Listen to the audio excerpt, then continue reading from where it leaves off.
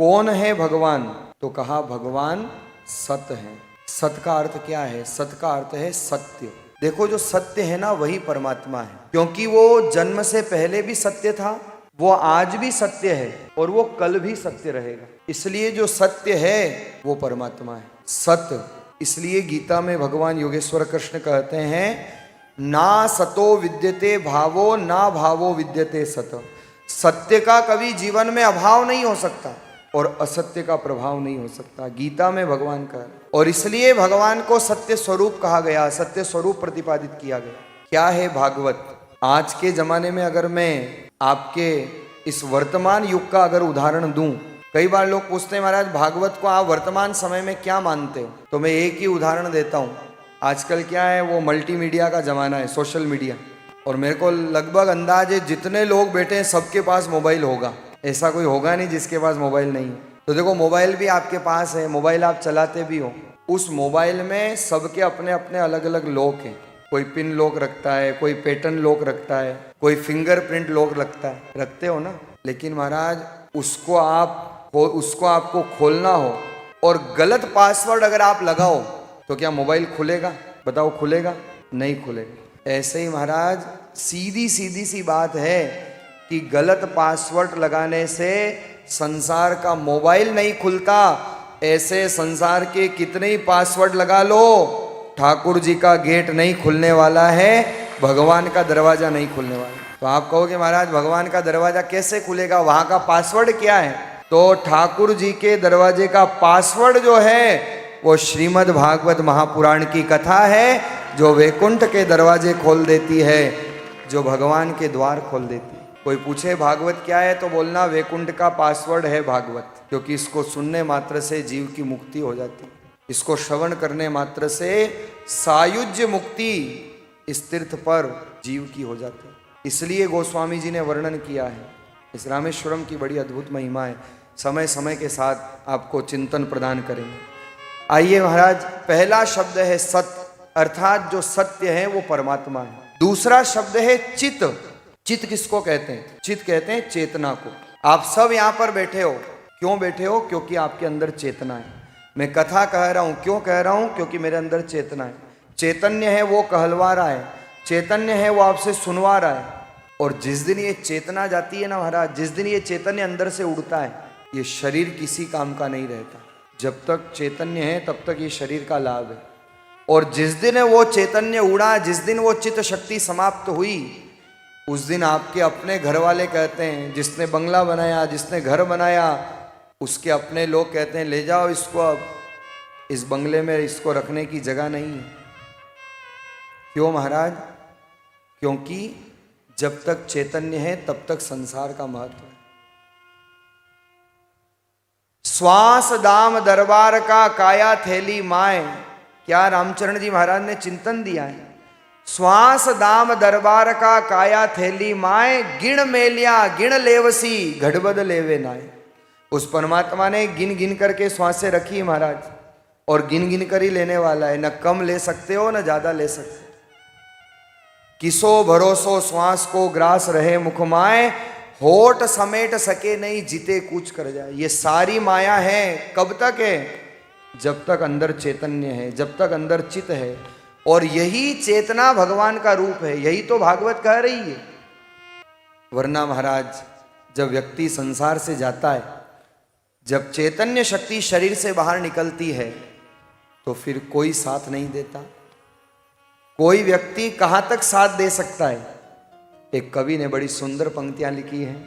दुनिया के मित्र गंगा के जल बिंदु पान तक, और भामिनी चलेगी तो केवल मकान तक। परिवार भी साथ देगा तो केवल शमशान तक, और बेटा भी साथ देगा तो अग्निदान तक। कौन कहां तक साथ जाएगा सब निर्धारित है महाराज। घरवाली को लोग घर से बाहर नहीं निकलने देंगे।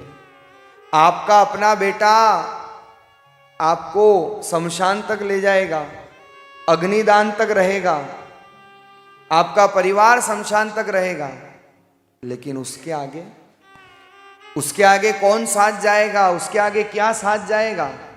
इस बात का प्रमाण स्वामी रामचरण जी महाराज ने दिया है कि पाप रु पुण्य संग दोई चाले और न चाले लारो, राम चरण भज राम संगाती निर्धारा आधारो। संसार में महाराज जीव जब जाता है तो दो ही चीजें साथ में जाती है, लिख लो अपने हृदय की डायरी पे। जब संसार से जीव जाता है तो केवल दो चीजें साथ में जाती है, और रामचरण जी महाराज ने प्रमाण देते हुए अपनी वाणी में फरमाया कि पाप अरु पुण्य संग दोई चाले। जीव के द्वारा किए गए पाप और जीव के द्वारा कमाए गए पुण्य, की गई सेवा, किया गया मनोरथ, सुनी गई कथा, किया गया पुण्यार्जन, यही साथ में जाता है। पाप अरु पुण्य संग दोई चाले और न चाले लारो, और कुछ साथ नहीं जाता। इसलिए महाराज ये समय वो है जहां पर आप पुण्य की कमाई करने आए हो, यहां पर पुण्यार्जन करने आए हो। कथा सुनना भगवान के उस वैकुंठ में सबसे बड़ा पुण्य कार्य माना जाता है। सेवा करना पुण्यार्जन है, भगवत स्मरण करना पुण्यार्जन है। तुम्हारा संसार से जाने के बाद अगर कुछ साथ जाएगा तो पाप और पुण्य संग दुई चाले, इस दो के अलावा कुछ नहीं साथ जाता। और महाराज बाकी तो संसार के नाते कब छूट जाते हैं आपको पता ही नहीं चलता। एक कवि की बहुत सुंदर पंक्तियां हैं कि 4 दिनों की प्रीत जगत में और 4 दिनों के नाते हैं। ध्यान देना, कब तक व्यक्ति रिश्ता निभाता है, कब तक प्रीत रखता है, कि 4 दिनों की प्रीत जगत में और 4 दिनों के नाते हैं। पलकों के पर्दे पड़ते ही, पलकों के पर्दे पड़ते ही सब नाते मिट जाते हैं। जब तक ये पलकें खुली है तब तक संसार का नाता है। पलकों के पर्दे पड़ते ही सब नाते मिट जाते हैं। जिनकी चिंता में तू जलता वो ही चिता जलाते हैं। जिनकी चिंता में तू जलता वो ही चिता जलाते हैं। जिन पर रक्त बहाया जल सम वो ही जल में बहाते हैं। बाद में क्या करते हो, हरिद्वार ले जाते हो ना। जिन पर रक्त बहाया जल सम वो ही जल में बहाते हैं। पिंड दान कर प्रेत आत्मा से अपना पिंड छुड़ाते हैं। पिंड दान कर प्रेतात्मा से अपना पिंड छुड़ाते हैं। और चौथे से लेकर 40वें दिन तक हर एक रस्म निभाते हैं।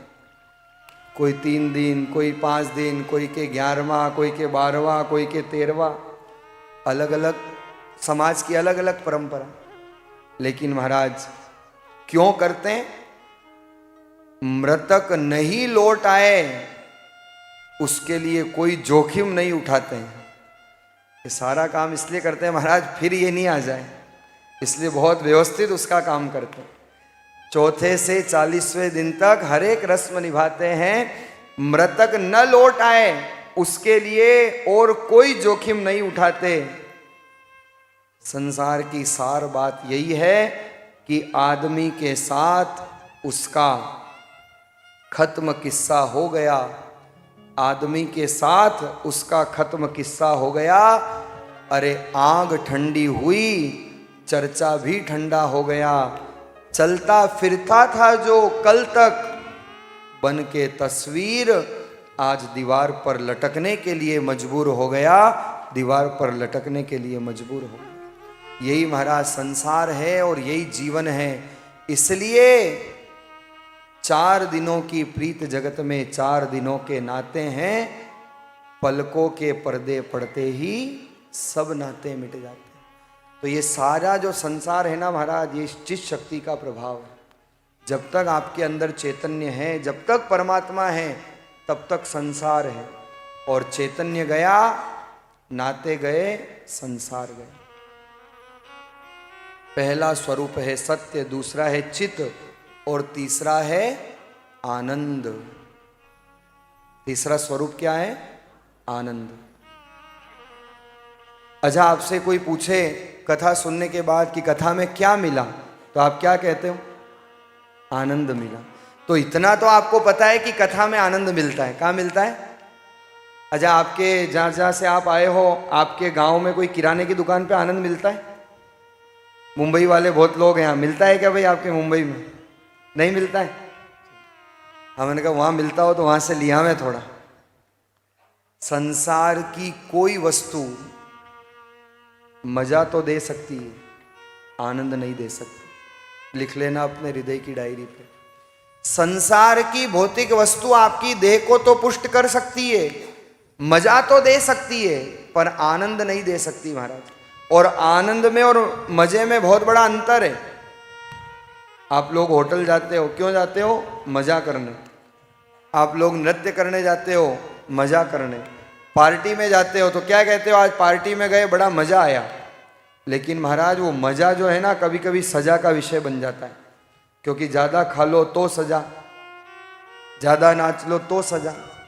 तो मजा जो है वो कभी कभी सजा का विषय बन जाता है। लेकिन भगवान की कथा में आनंद मिलता है। और एक सबसे बड़ा अंतर क्या है पता है? संसार का मजा जो है ना, धीरे धीरे कम होता जाता है। कहीं जाने की आवश्यकता नहीं है। अपने जीवन में खुद एनालिसिस कर लो, खुद प्रैक्टिकल कर लो। आप जितने लोग बैठे हो, बहुत सारे लोग फ्लाइट की यात्रा करके आए। उस दिन को याद करो जब पहली बार, पहले दिन आप फ्लाइट में बैठे थे। पहली बार जब व्यक्ति हवाई यात्रा करता है ना, तो उसके मन में बहुत क्यूरियोसिटी होती है, बहुत चार्म होता है। कैसी फ्लाइट होगी, कैसे उड़ेंगे, कैसा क्या होगा, क्या नहीं होगा। और महाराज उसको एक अंदर से जबरदस्त उसके अंदर जिज्ञासा होती है।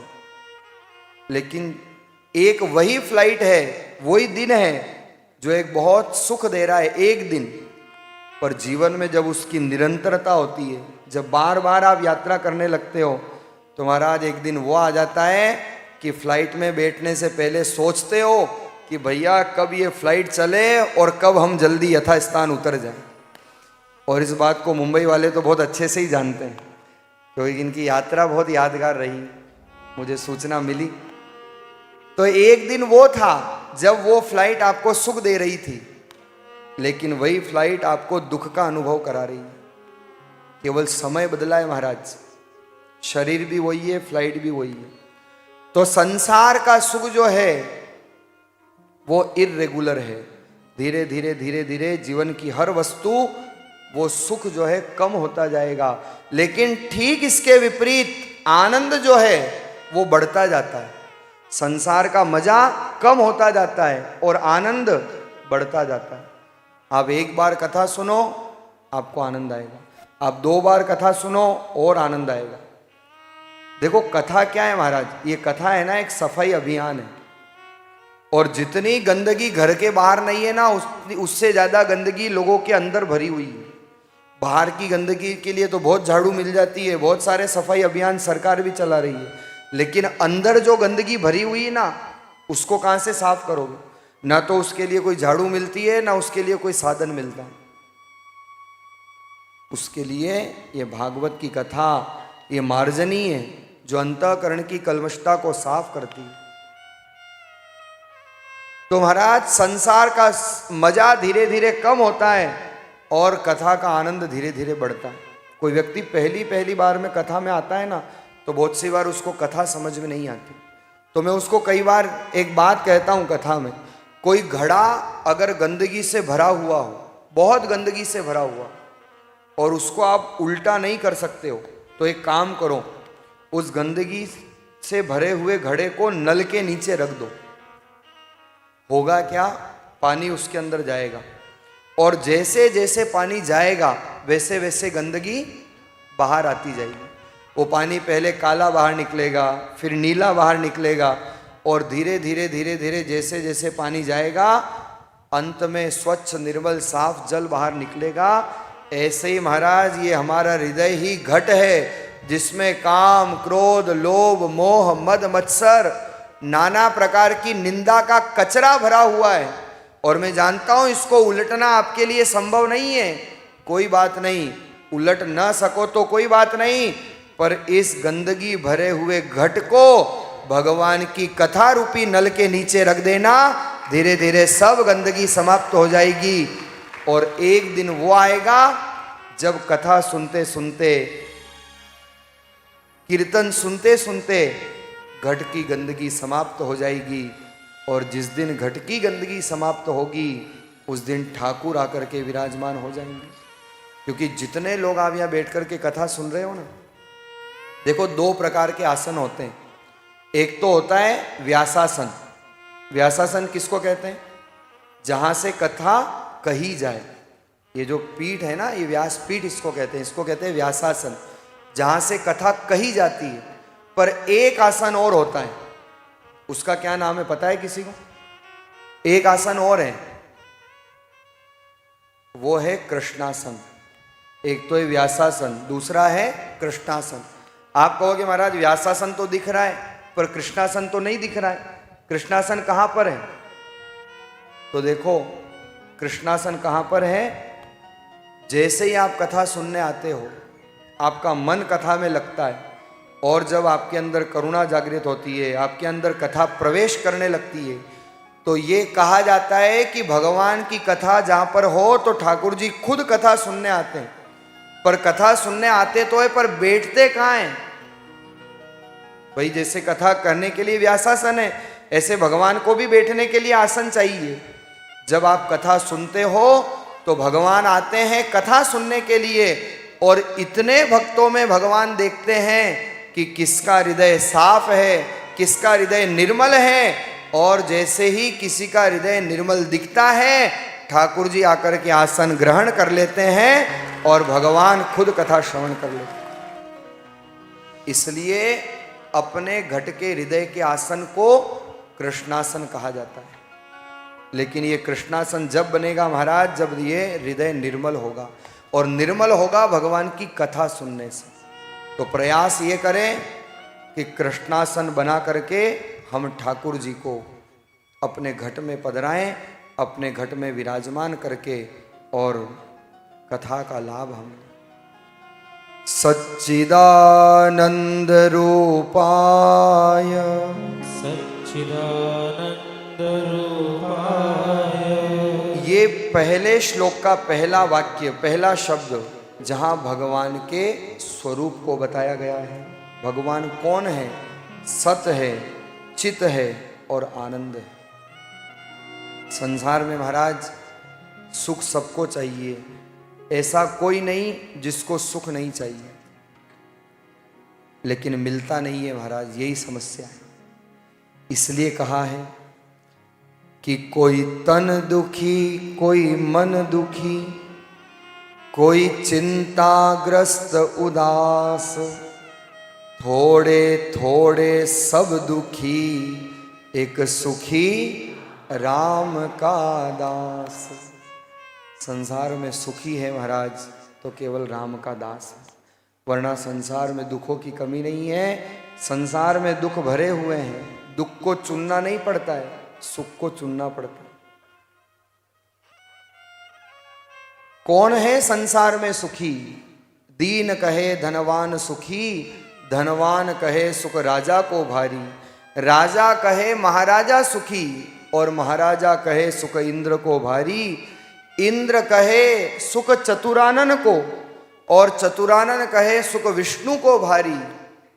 लेकिन गोस्वामी जी कहते हैं तुलसीदास विचार कहे, हरि भजन बिना सब जीव दुखारी, हरि भजन बिना सब जीव दुखारी। संसार में महाराज सुखी वही है जो राम का दास है।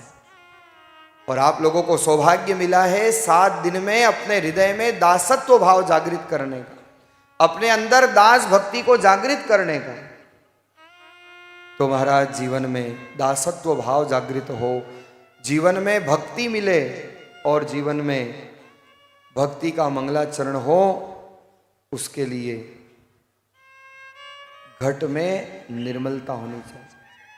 वरना तो महाराज संसार है और दिन रात संसार चल रहा है।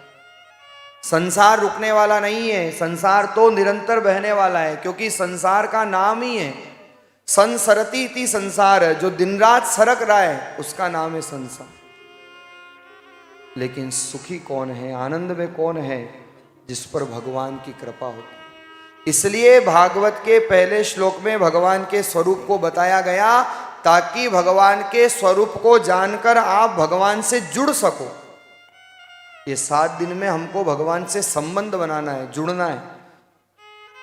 देखो, आप अपनी घर में बिटिया का हाथ जब देते हो ना किसी दूसरे घर में, तो क्या देखते हो?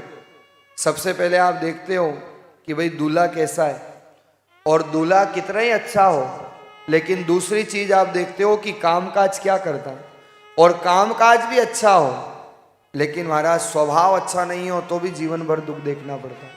तो रूप देखा जाता है, काम देखा जाता है, और उसके बाद स्वभाव देखा जाता है, फिर संसार में संबंध जोड़ा जाता है, रिश्ता जोड़ा जाता है। उसी प्रकार से भगवान से भी रिश्ता जोड़ना है, भगवान से नाता जोड़ना है। इसलिए पहले भगवान के स्वरूप को बताया गया, उसके बाद भगवान के काम को बताया गया, और उसके बाद भगवान के स्वभाव को बताया गया। क्या है भगवान का स्वरूप? सतचित आनंद रूपाय। और भगवान काम क्या करते हैं? तो कहा विश्वोत्पत्त्यादि हेतवे, विश्व की उत्पत्ति करना, विश्व का पालन करना और विश्व का लय कर देना, यही भगवान का काम है। लेकिन स्वभाव कैसा है? भगवान ही जन्म देते हैं, भगवान ही पालते हैं और भगवान ही लय कर देते हैं। इसलिए भगवान को इंग्लिश में क्या कहा जाता है? गॉड। और गॉड की स्पेलिंग क्या है? GOD। फुल फॉर्म क्या होता है? G for generate, O for operate और D फॉर डिस्ट्रॉय। यह है विश्वोत्पत्त्यादि हेतवे, जो जन्म भी देता है, जो पालन भी करता है और समय आने पर संहार भी कर देता है। अब पूछा महाराज भगवान का स्वभाव कैसा है? तो कहा तापत्रय विनाशाय। भगवान का कैसा स्वभाव है? भगवान जीव के 3 प्रकार के तापों को शमन कर देते हैं। देहिक देविक भौतिक त्रापा, राम राज कहूं नहीं व्यापा। 3 प्रकार के ताप से हर जीव दुखी है, लेकिन जो भगवान की शरण में चला जाए उसका ताप, परिताप और संताप सब भगवान हर लेते हैं। ऐसे भगवान कौन हैं? तो कहा श्री कृष्णाय वयम नुमः। ऐसे भगवान हैं श्री कृष्ण, और उनके चरणों में हम सब मिलकर के अनंत अनंत बार प्रणाम करते हैं, नतमस्तक होते हैं। तो भागवत का पहला श्लोक है महाराज, जो जीवन में आनंद प्रदान करने वाला है। आनंद किसको है महाराज? मजा तो दुनिया में बहुत मिल जाएगा, सुख भी मिल जाएगा, पर आनंद नहीं मिलेगा। स्वामी रामचरण जी महाराज ने फरमाया, जो सुख है सत्संग में सो नई दूसरी ठाम। हरि चर्चा श्रवणा सुने मुखसों उचरे राम। मुखसों उचरे राम नहीं कोई धोखा धंधा। साध छुड़ावे जगत काट आशा का फंदा। राम चरण आनंद अति, आनंद शब्द का प्रयोग किया। राम चरण आनंद अति निर्भय आठो याम। जो सुख है सत्संग में सो नई दूसरी ठाम। आनंद कहीं मिल सकता है तो केवल भगवान की कथा में।